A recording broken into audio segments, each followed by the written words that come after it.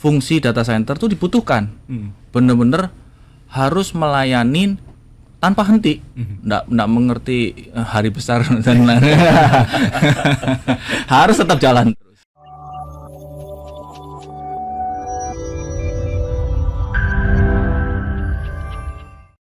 Pertama kali mencari kliennya gimana sih? Apakah dari teman ke teman gitu kan? Atau oke lah asal door to door dulu gitu kan, menawarkan produknya, atau gimana pertama kali nyari klien?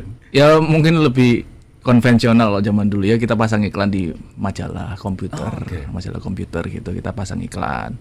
Dan memang kan anak-anak IT sebenarnya mungkin lebih mengerti daripada kaum awam ya.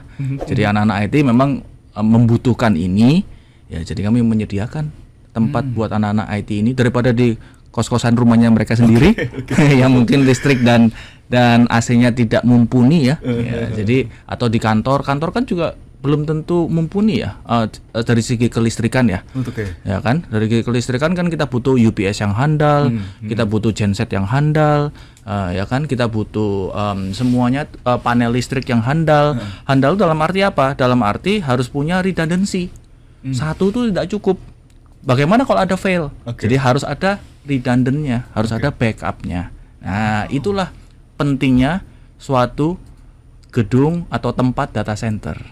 Ya, di mana IT server, perangkat IT kita bisa berjalan 24 jam tanpa henti. Dan nggak tahu sampai kapan itu ya. Pokoknya 24 jam jalan terus. Mas bayangin kalau satu aplikasi di mana transaksi itu berjalan jutaan, triliunan rupiah, tapi 1 detik aja mati gitu. Itu berapa itu nilai kerugiannya itu? Itu kerugiannya sangat-sangat besar kan. Jadi disinilah fungsi data center tuh dibutuhkan. Bener-bener harus melayani tanpa henti. Nggak mengerti hari besar dan lain-lain. Harus tetap jalan terus gitu. Mau listrik mati harus ada backup listrik.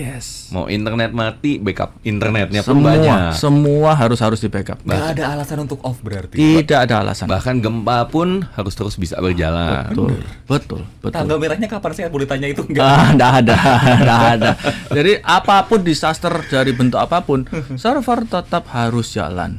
Mau kebakaran, mau kebanjiran, mau apa ya, semua tetap harus bisa nangani itu. Kita harus nanggulangi itu. Dan bagaimana? Ya kita harus bangun satu gedung yang proper.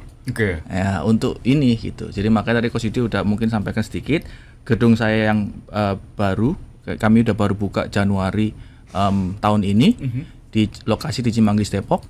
Ini sanggup menahan gempa sampai skala 8 Richter. Jadi kalau boleh dibayangkan ya Mas ya, tinggi gedung itu 12 meter. Tapi fondasi ke dalamnya itu 2 kali lipatnya. 24 meter berarti. 24 meter kedalamannya. Jadi bayangin betapa amannya gedung ini. Tapi pada saat pertama kali merintis dulu juga, apakah sudah kepikiran akan membuat gedung dulu? Atau dulu pertama kali di mana? Dulu kan mungkin kita baru mulai dari startup ya. Jadi mungkin belum ada kantong uangnya lah untuk investasi ini. Jadi setelah jalan 20 tahun ya kami menginvestasi lagi membangun gedung ini gitu. Kami sudah membangun gedung ini sejak 2019 dan akhirnya jadi di tahun 2023 agak sedikit terlambat karena pandemi gitu aja. Saya bisa menyimpulkan bahwa sebetulnya untuk berbisnis di data center ini membutuhkan budget yang luar biasa besar gitu ya? Atau awalnya nggak perlu gede-gede dulu? Kalau 20 tahun yang lalu mungkin nggak terlalu perlu gede-gede, bisa. Tapi sekarang kan kebutuhan IT itu sangat-sangat masif ya. Kita lihat ya, hidup kita sekarang tuh tidak bisa lepas dari handphone. Semua apps itu harus jalan, harus bagus, harus cepat. Itu yang akses satu apps saja berapa juta akses itu dalam 1 detik. Ya kan, bayangin berapa IT server yang dibutuhkan untuk melayani seperti itu gitu loh. Jadi kebutuhan data center itu sangat dibutuhkan untuk kehidupan sekarang, tahun 2023. Beda dengan mungkin 20 tahun yang lalu. Saat merintis awalnya seperti apa gitu ya.